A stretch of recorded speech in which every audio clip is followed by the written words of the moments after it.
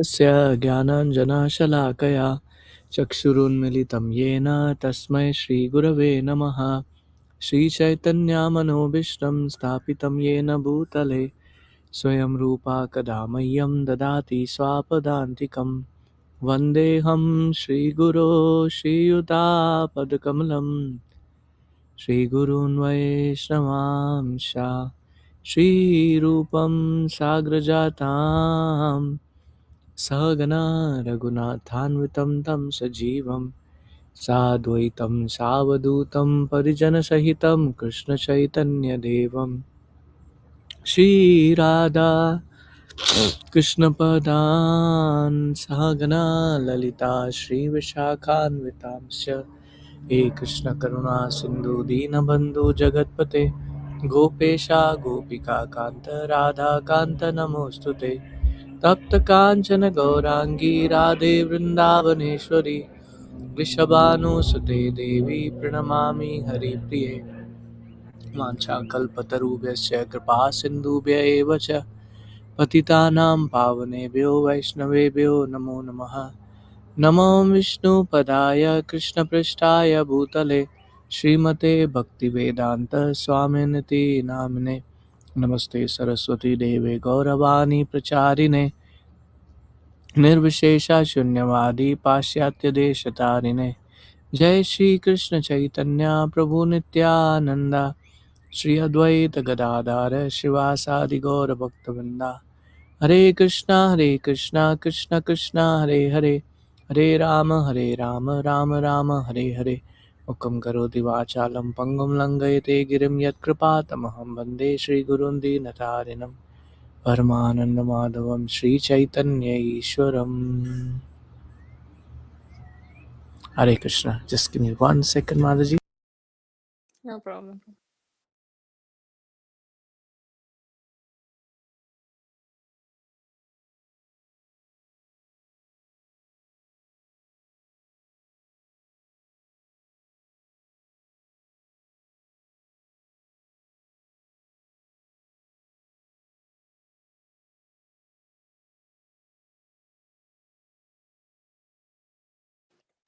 Prabhu, you are in mute.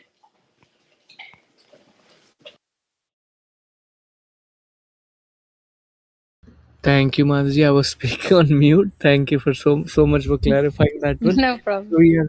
We are reading chapter 21, which is Krishna's beautiful qualities, and we are reading on the 30th quality, which is Krishna being religious.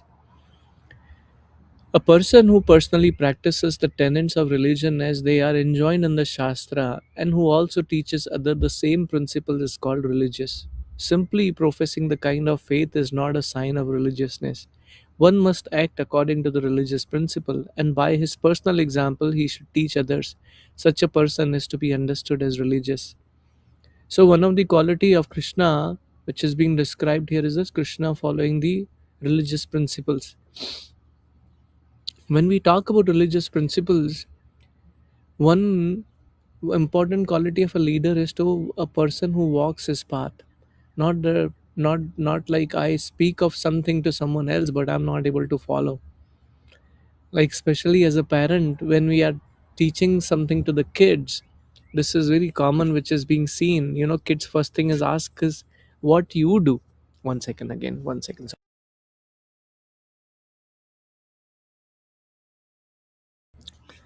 If I am speaking something but I'm myself not applying, I cannot tell the kids to do that. For an example, as a parent, sometime we tell the kids to, oh, why don't you chant?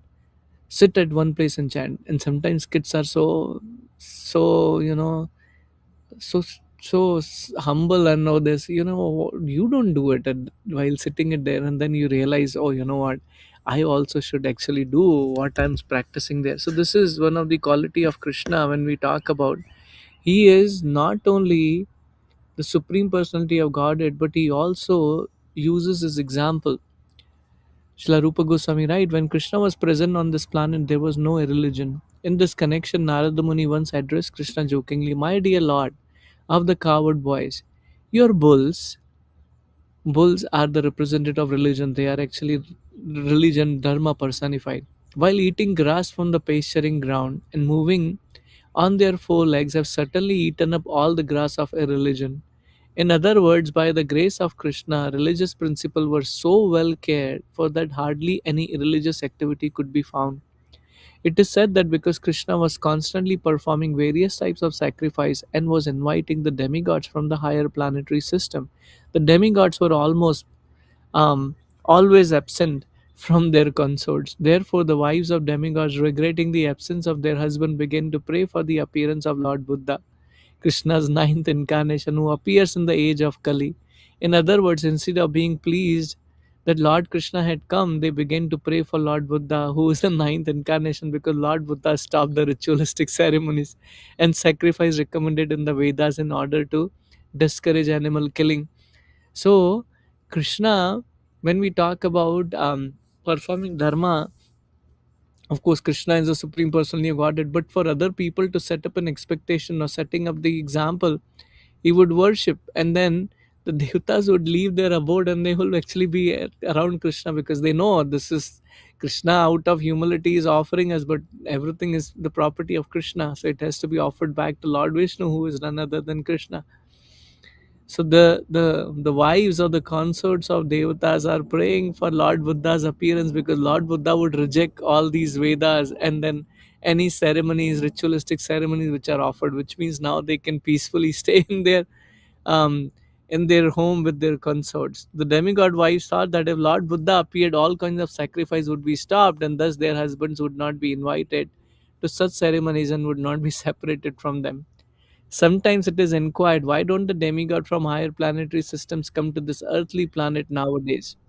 The plain answer is that since Lord Buddha appeared and began to deprecate the performance of sacrifice in order to stop animal killing on the planet, the process of offering sacrifice has been stopped and the demigod do not care to come here anymore.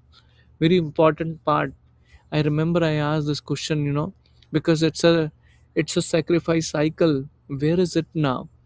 It is stopped, and this is what is mentioned after Lord Buddha appeared because people started misusing Vedas, so he had to appear, like we were discussing the other day in Bhagavad Gita. Um, Lord Buddha had to appear to remove that idea altogether that you can do the sacrifice because they were killing animals on the name of Vedas, and that's why he brought in the idea of ahimsa. We shouldn't be killing, and he rejected the Vedas altogether. But it just because those people were not able to understand the Vedas correctly, that was his intention. Any questions or comments before we move to chapter 22, Madaji? No problem. Okay, beautiful. Now this is the extended chapter from 21, qualities of Krishna. Further explained, Krishna is heroic. A person who is very enthusiastic in military activities and expert in releasing different kind of weapons is called heroic. In Mahabharata, we could clearly see, though Krishna did not lift the weapon. One second.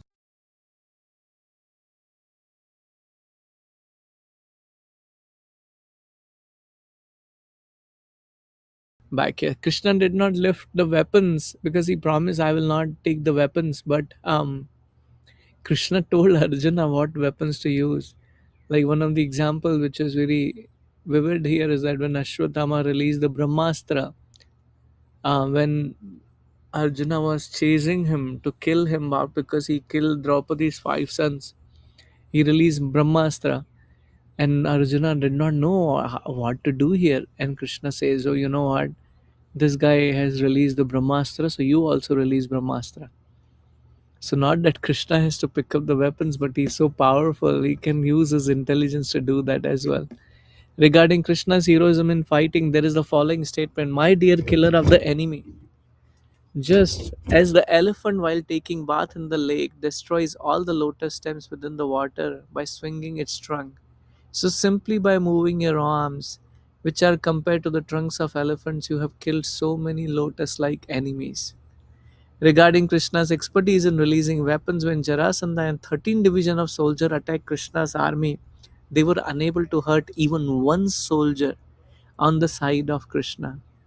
This was due to Krishna's expert military training. This is unique in the history of military art. So Jarasandha, who was actually alliance with Kamsa, He was very powerful. So he attacked so many times to Krishna in Mathura, but he was defeated all the times, and he couldn't even actually hurt even a single soldier on Krishna's side. So that is the Krishna's heroic quality. Any questions here, Mataji, before we move to compassionate? Prabhu, but in Pandavas, they also soldier died, right? Yes, Mataji, that's a good call out. Thank you for bringing that up. This is the attentiveness. Very good. So, Mataji, in that war, Krishna had a plan that all the people, now the people who were on the other side, they also attained mukti. They also attained some different kind of mukti. They did not go back to Godhead, but Pandava side, they all went back to Godhead, or they went to different Vaikuta planet from that perspective. And Krishna wanted to reduce the burden of the earth. That was the reason Mahabharat war happened actually there. But on this side, when Jarasandha actually did that, this time this happened just before that, actually before even Krishna, before the Mahabharat war actually, when Jarasandha was attacking. This was before Mahabharat war actually, after killing Kamsa. And then Jarasandha was attacking, and then Krishna moved to Dwarka, because Jarasandha was attacking so often. But in this case, Krishna had a desire, Krishna had a plan that all these people should go back, because at the end of the day, the death is certain, everyone has to die. But in the case of Dwarka, Krishna wanted to keep them for a longer period of time, and then after that he actually wound up. There is another pastime which happens, Mataji, in connection with the point which you brought in, how Dwarka Vasi wound up their pastime, like Krishna departed from this world. Before Krishna departed from this world, all his relatives were actually killed.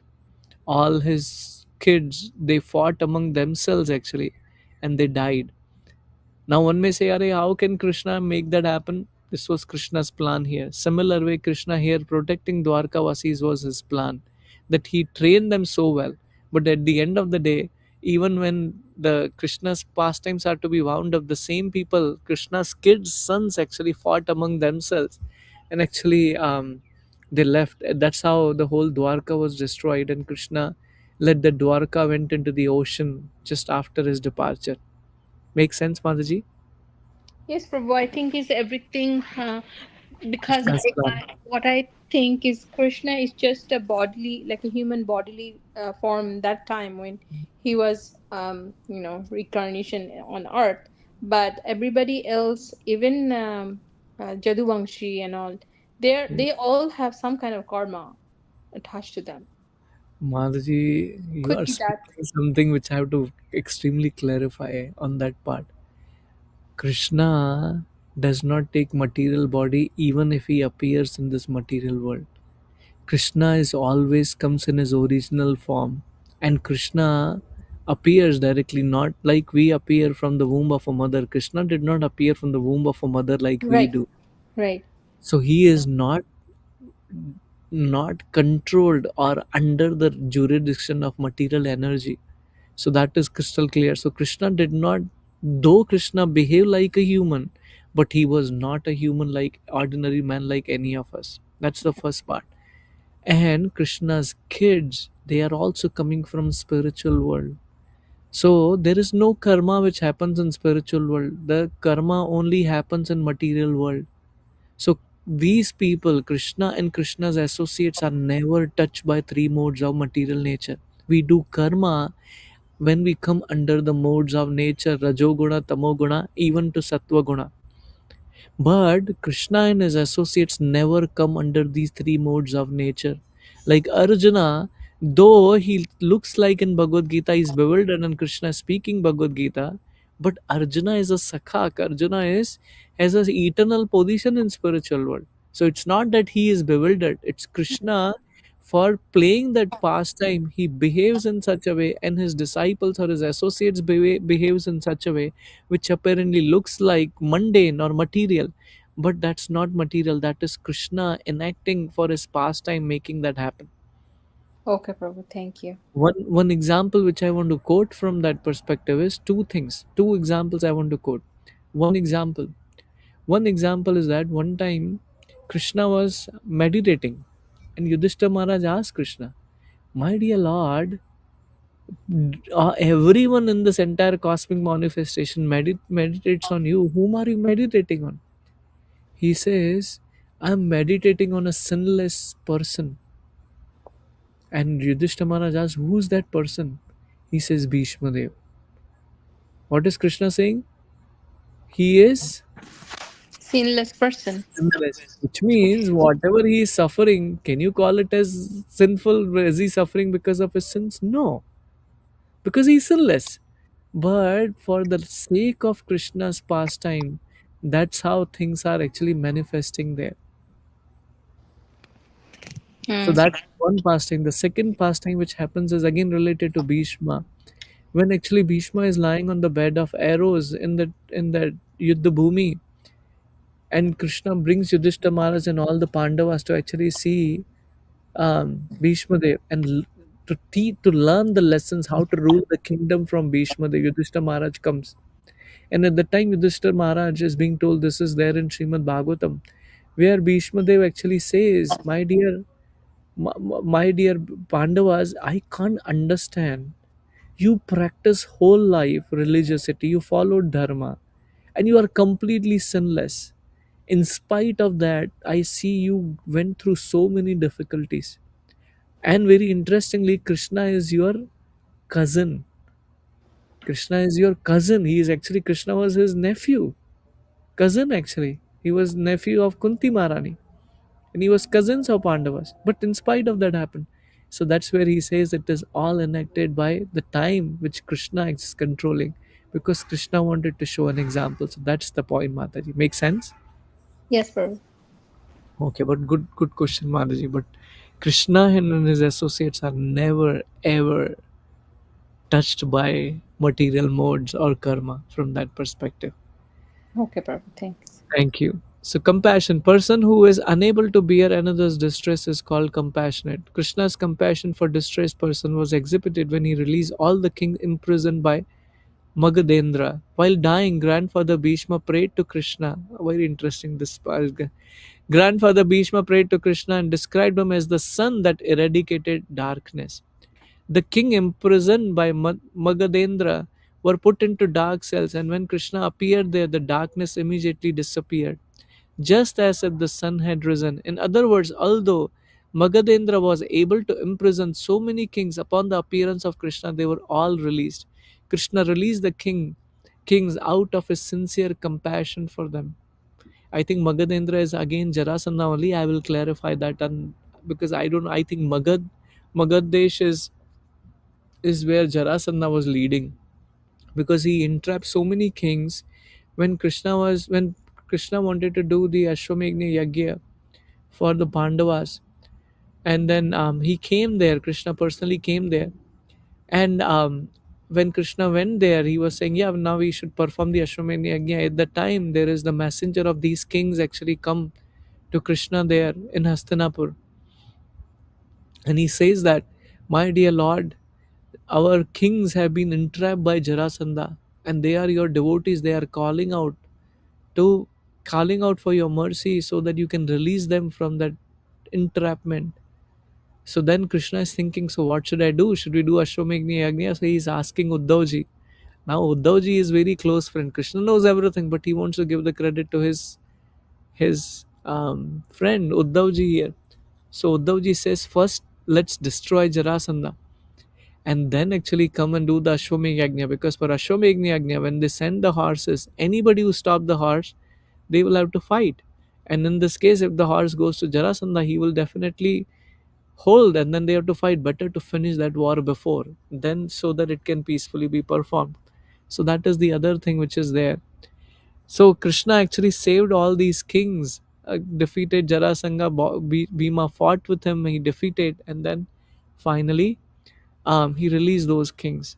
So Krishna's compassion was also exhibited when grandfather Bhishma was lying on the bed of arrows. We were just talking about it, which had been shot through his body. While lying in this position, Bhishma was very anxious to see Krishna, and thus Krishna appeared there. Upon seeing the pitiable condition of Bhishma, Krishna began speaking with tears in his eyes. Not only was he shedding tears, but he also forgot himself in his compassion. Therefore, instead of offering obeisances to Krishna directly, devotees offer obeisances to his compassionate nature. Actually, because Krishna is the Supreme Personality of Godhead, it is very difficult to approach him. But the devotees taking advantage of his compassionate nature, which is represented by Radharani, always pray to Radharani for Krishna's compassion. That's why we say Hare Krishna. We don't say Krishna Hare. We first say Hare. Hare is who? Srimati Radharani. So we approach Srimati Radharani, who has the similar nature of compassion and much more higher than Krishna. She actually tells Krishna, "My dear Lord, this soul, this Prabhu or this Mataji is trying so hard. Please give them their mercy, give them your mercy." So that is what is being described here. Any comments, Mataji, before we move to the next one? No problem. Okay.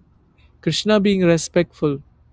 A person who shows adequate respect to the spiritual master, a Brahmana, and an old person is to be understood as being respectful. When superior person assemble before Krishna, Krishna first of all offered respect to his spiritual master, then to his father, then to his elder brother Balaram. In this way, Lord Krishna, the lotus eyed, was completely happy and pure at heart in all his dealings. In fact, when Krishna went to Hastinapur, he actually offered obeisances to Yudhishthira Maharaj because based on the age, Yudhishthira Maharaj is senior. He also took blessings of Bhima because Bhima is still superior to Krishna from the age perspective. While Arjuna, who is a peer who is of similar age as Krishna, he hugged him. And then Nakul and Sahadev, he actually offered blessings to them. So Krishna is very respectful, he understands, and even when he goes to Kunti Maharani, he offers his obeisances. Kunti Maharani offers prayers at the lotus feet of Krishna, but Krishna is offering Dandavat Pranam at the lotus feet of Kunti Maharani because that is the courtesy of respect which one has to understand. Amit is being reminded on that. Krishna is very gentle. Any person who neither become impudent nor exhibits a puffed up nature is called gentle.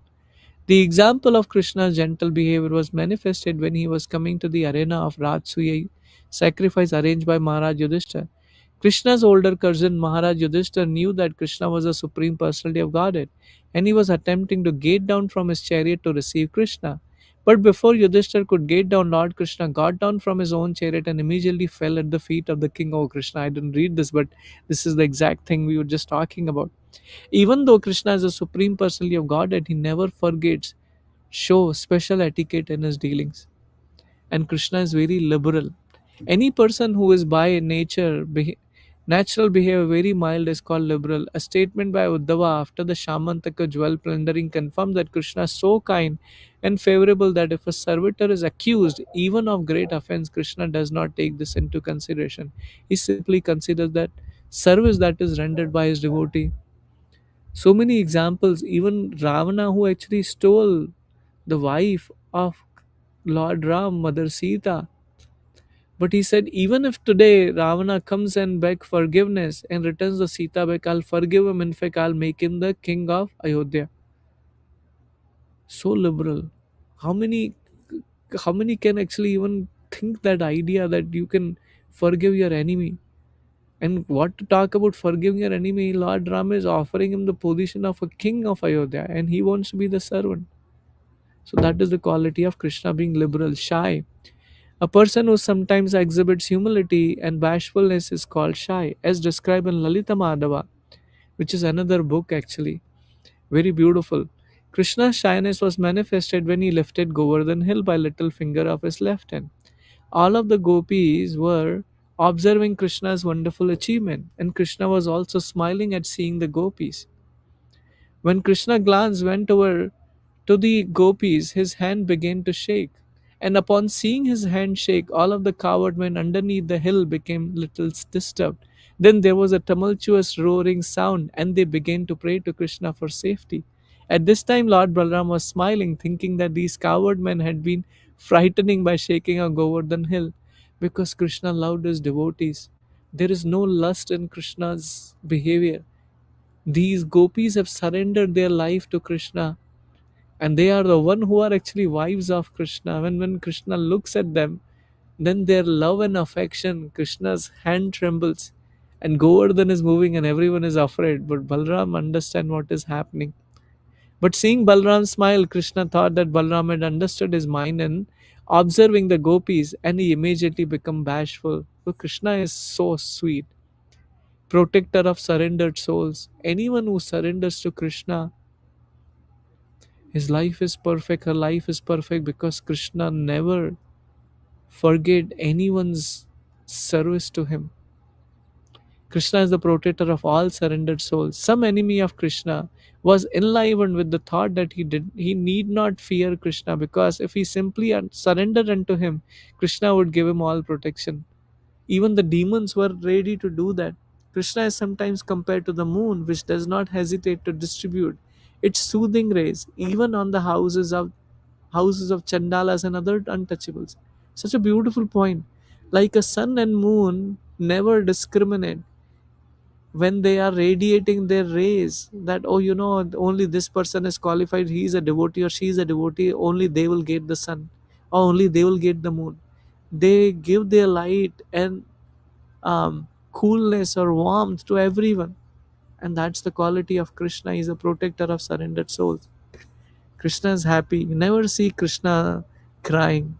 Well, like, of course, you see in Krishna Leela, but you never see Krishna crying in the deity form ever. Krishna is always happy. Just for the pastime's sake, he sometimes cry. Like we just seeing Krishna was crying, seeing the situation of Bhishma Dev. But that is his love for his devotees, not crying like us. Any person who is always joyful and untouched by any distress is called happy. As far as Krishna's enjoyment is concerned, it is stated that the ornaments that decorated the bodies of Krishna and his queens were beyond the dreams of Kuvera, the treasurer of heavenly kingdom. The constant dancing before the doors of Krishna's palace was not to be imagined even by the demigods in the heavenly kingdom. In the heavenly kingdom, Indra always sees the dancing of the society girls. But even Indra could not imagine how beautiful were the dances being performed at the gates of Krishna's palaces. 16,108 palaces. Gauri means white woman, and Lord Shiva's wife is called Gauri. The beautiful women residing within the palaces of Krishna were so much whiter than Gauri, Mother Parvati, that they were compared to the moonshine, and they were constantly visible to Krishna because, like the moonshine. Therefore, no one can be enjoying more than Krishna. The conception of enjoyment is beautiful women, ornaments, and riches. And all of these were fabulously present in the palaces of Krishna because they gave their life at the lotus feet of Krishna. And their whole existence was, how can we please Krishna? Defeating even the imagination of Kumera, Lord Indra, or Lord Shiva. Not even a slight distress can touch Krishna. Once some of the gopis went to the palace where the Brahmanas were performing sacrifice and said, "Dear wives of Brahmanas, you must know that not even a slight smell of distress can touch Krishna. He knows no loss, he knows no defamation, he has no fear, he has no anxiety, and he does not know calamity. He is simply encircled by the dancers of Vraja and is enjoying their company in the rasa dance. He is a well wisher of the devotees. It is said of Krishna's devotees that if they offer even a little water, patram pushpam phalam toyam yome bhakti prayachati. So when Krishna accept the, accept patram pushpam phalam toyam yome bhakti prayachati tad aham bhakti upahartam ashnami priyatatmanaha. Sorry, I was not able to recollect the sloka. That even if someone offers little water or tulsi leaf in devotion to Lord Vishnu is so kind that he will sell himself to them. One time, one time Narada Muni came to Krishna's palace in Dwarka, and he wanted to have a pastime with Krishna. So he said, "You know what? I'm taking Krishna. We have to take Krishna." So Dwarka Patnis came. They said, "No, no, you can't take Krishna. But if you want, you can take as much gold as you want, equivalent to Krishna's weight." So they had that weighing machine. On one side was Krishna sitting, and they brought in the whole treasure house, but still they were not able to put Krishna down. Or they were not able to put Krishna up, because Krishna was always down. So then Rukmini came, and then she put the tulsi on the side of the gold, and then Krishna immediately went up. So that's the Krishna's attachment towards his devotees, like Tulsi Maharani. Krishna's favoritism towards his devotees was exhibited in his fight with Bhishma. When grandmother Bhishma was lying at the point of death on the bed of arrows, Krishna was present before him. And Bhishma was remembering how Krishna had been kind to him on the battlefield. Krishna is promised that in the battlefield of Kurukshetra, he would not even touch a weapon to help either side. He would remain neutral. Although Krishna was Arjuna's charioteer, he had promised that he would not help Arjuna by using any weapons. But one day Bhishma, in order to nullify Krishna's promise, exhibited his fighting spirit so magnificently against Arjuna that Krishna was obliged to get down from his chariot, taking up a broken chariot wheel. He ran towards grandfather Bhishma, as a lion runs towards an elephant to kill it. Grandfather Bhishma remembered this scene, and he later praised Krishna for his glorious favoritism towards his devotee Arjuna, even at the risk of breaking its own promise. Arjuna is holding Krishna's feet. My dear Lord, you promise you will not take the weapon. Hell with it. To protect you, I don't care about what people have to say about me. I am the servant of my devotees. And this is what Bhishma remembers when he is leaving his last breath, thinking about Krishna, remembering how Krishna ran towards him, the sweat, and then his hair just withered everywhere on his face. That is a beautiful form Bhishma Dev remembers when he's leaving the body. Any questions so far, Madhaji? No, Prabhu. Okay, this is another one very beautiful pastime with Sudama, controlled by love. Krishna becomes obliged to the loving spirit of devotee and not exactly to the service rendered. No one can serve Krishna completely. He is so complete and self-sufficient that he has no need of any service from the devotee. It is devotee's attitude of love and affection for Krishna that makes him obliged. A very nice example of this obligatory behavior was manifested when Sudama Vipra went to Krishna's palace. Sudama Vipra had been a class friend of Krishna, and due to his poverty, he was induced by his wife to see Krishna to request some aid. When Sudama Vipra reached Krishna's palace, Krishna received him very well, and both he and his wife washed the feet of Sudama Vipra. Showing respect to the Brahmanas, remembering his loving affairs with Sudama in their childhood, Krishna began to shed tears while receiving him. Mother Rukmini was doing a chamar to Sudama. Sudama is sitting on the king chair of Krishna, and Krishna is washing the feet of Sudama.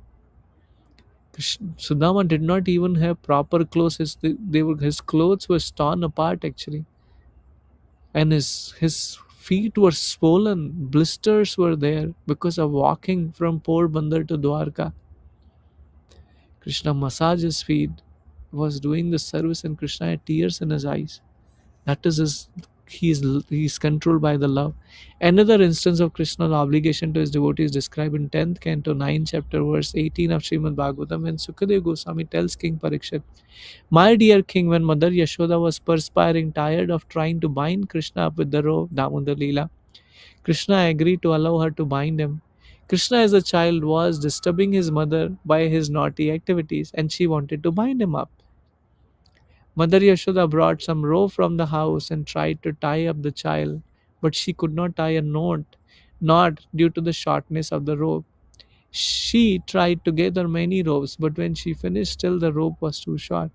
After a while, she felt very tired and began to perspire. At that time, Krishna agreed to be bound up by his mother. In other words, no one can bind Krishna by any means other than love.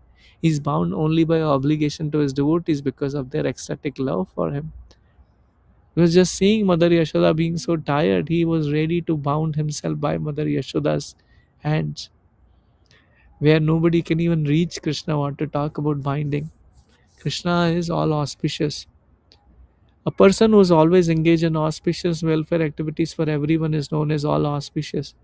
After the disappearance of Lord Krishna from this planet, Uddhava began to remember the activities of Lord and said, Krishna satisfied all great sages by his wonderful pastimes. He demolished all the demonic activities of the cruel royal order, protected all pious men, and killed all cruel fighters on the battlefield. Therefore, he is all auspicious for all men. Krishna is most powerful. Person who can always put his enemy into calamities is called powerful. When Krishna was present on this planet, just as powerful, sun drives all darkness to take shelter in the caves. He drove away all of his enemies who fled like owls to take shelter beyond his side. Krishna is all famous.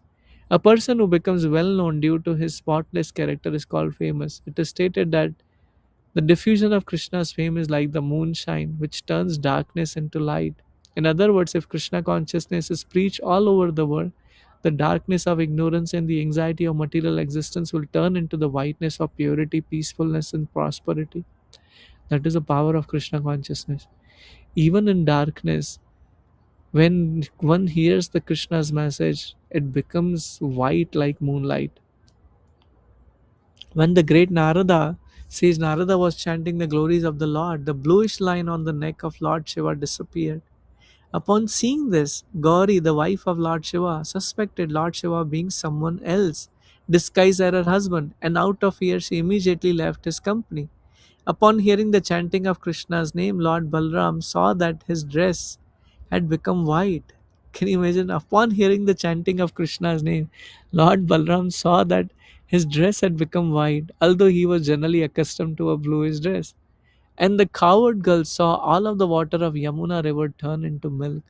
So they began to churn into the butter. In other words, by spreading of Krishna consciousness or glories of Krishna, everything became white and pure.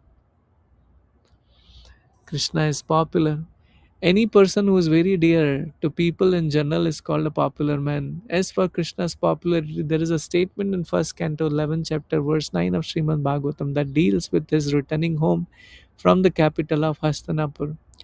While he had been absent from Dwarka at the battle of Kurukshetra, all the citizens of Dwarka had become morose. Then, when he returned, the citizens joyfully received him and said, "Dear Lord, while you were absent from the city, we passed our days in the darkness of night.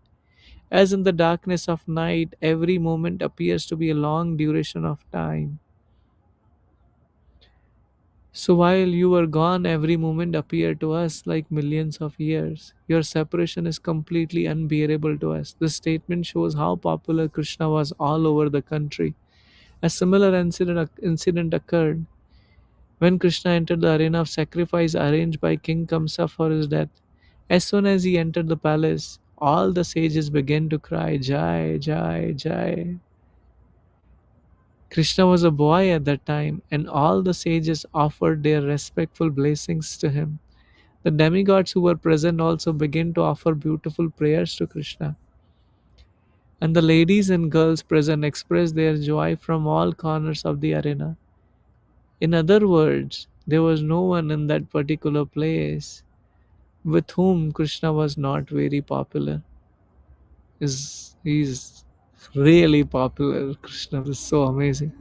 He's partial to his devotees. We read something similar to that. Although Krishna is the supreme personality of Godhead and is therefore not partial to anyone, it is stated in Bhagavad Gita that he has a special attraction for his devotee, who worship his name in love and affection. When Krishna was on this planet, one devotee expressed his feeling in this way: "My dear Lord, if you had not appeared on this planet, then the asuras, demons, and atheists would have surely created havoc against the activities of devotees.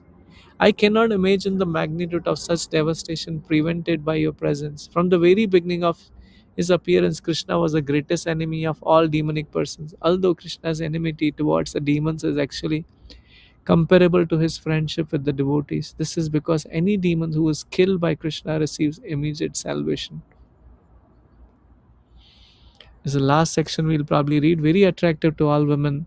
Any person who has a special qualification becomes immediately very attractive to women. A devotee made the following statement about the queens of Dwarka: "How shall I describe the glories of the queens of Dwarka, who were personally engaged in the service of the Lord? The Lord is so great that simply by chanting his name, all the great sages like Narada can enjoy transcendental bliss. So, what can be said about those queens who were at every moment seeing the Lord and serving him personally? Krishna has 16,108 wives in Dwarka, and each and every one of them was attracted to Krishna, just as an iron is attracted by a magnet." We're just reading few paragraphs before. When Krishna was in Hastinapur for almost few months actually. So Dwarkavasis were feeling distress. There is a statement by a devotee: "My dear Lord, you are just like a magnet, and all the damsels of Raja are just like iron. in whichever direction you are moving, they are following you as iron is attracted to magnetic force. So I think we will read it till here, and next week we'll continue from the 47th quality of Krishna. Any comments or questions, Mataji? No, Prabhu. Only thing is, at the beginning of the class, he said something about the. Oh yeah, when kids tell you to, chant in the seat in one place. But I Hmm. have seen other Prabhujis, like even Mayapur and some other Vrindavan side. They have the mala still going on. They're walking around and Yeah. you know, Yeah, walking is not a problem per se, Mataji. It is ideal to sit at one place and chant because you can't close your eyes while you're walking. So there are a lot of people who still walk because they feel like, for an example, even like for an example, I slept late and I go for morning program, and during chanting, I like, zone down or something. At that time, I had to stand up and walk because while walking I can't go to sleep, so that helps. So not necessary, I'm not saying walking is bad or walking is not recommended. Ideal is to sit, sit. and then close the eyes and chant. That's the ideal thing, but it's not, there are no hard and fast rules, we call it, as in chanting. So you're you're okay to walk and chant, Mataji. But Okay. I'm saying doing multiple things at the same time, Yeah, yeah. So must. then when I tell the kids, oh, so then they sometimes say, Dad, you're also doing. Yeah, they are so innocent and they say that, but rather than taking it on false ego, yeah, I tell them, remind me if I do that. It's not that I'm speaking for you, I should tell it to myself also. So if you find me, please correct me that way. But that's the whole idea, yeah. Yeah, I always had a feeling because even if when I see, even they, I think in the bag, the beads bag, they're still chanting, right? Even when Yeah, they're traveling, when they're moving yeah, around. yeah. So Absolutely. Absolutely. And again, beyond 16 rounds, which is like 16 rounds is a vow we take, people walk and chant. Like even I do when I'm doing extra rounds, or sometimes um I'm like, the focus is not there while sitting. Like sometimes I didn't finish all my rounds in the morning, so I'm doing few in the evening or afternoon. Then I walk and chant, try to chant, because the somehow the power of time, the power of modes is so high after the morning. Very difficult to focus on the holy name. So it becomes like a kind of finishing the round rather than actually really chanting it with love and affection. yeah.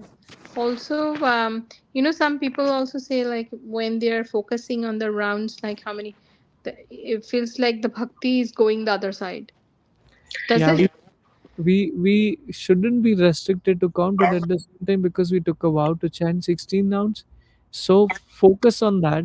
And that's why it's a lot of devotees says the real chanting starts after 16 rounds, because now you're not worried about the Yeah, count. that's the thing, because Correct, but my husband actually trying to do some of the chanting, and he's like, I can never do the chanting the way I want it to be, because if I keep counting, and my I cannot concentrate.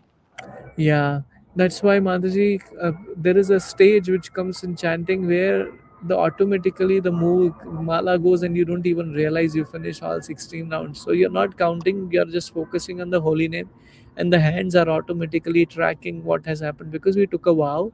We want to chant minimum 16 rounds, so we don't want to fade away, because a lot of people have this. Oh, where does Krishna says in Bhagavad Gita that one should chant 16 rounds? Well, Krishna says one has to chant 24/7, but we can't do that. So Srila Prabhupada gave us concession. Oh, if you chant 16 rounds, I'll take you back to. So if you chant 16 rounds, sincerely follow four regulative principles, I'll take you back to Godhead. So that is his discount, his concession, which has been given. So that's why we chant 16 rounds, and we want to keep a count at minimum 16 rounds I'm chanting. Yes, Prabhu. Thank you. Wonderful. Thank you so much, Mataji, for joining. We'll continue next week, Monday, from that section. Thank you, Prabhu. Hare Thank Krishna. you. Hare Krishna. Thank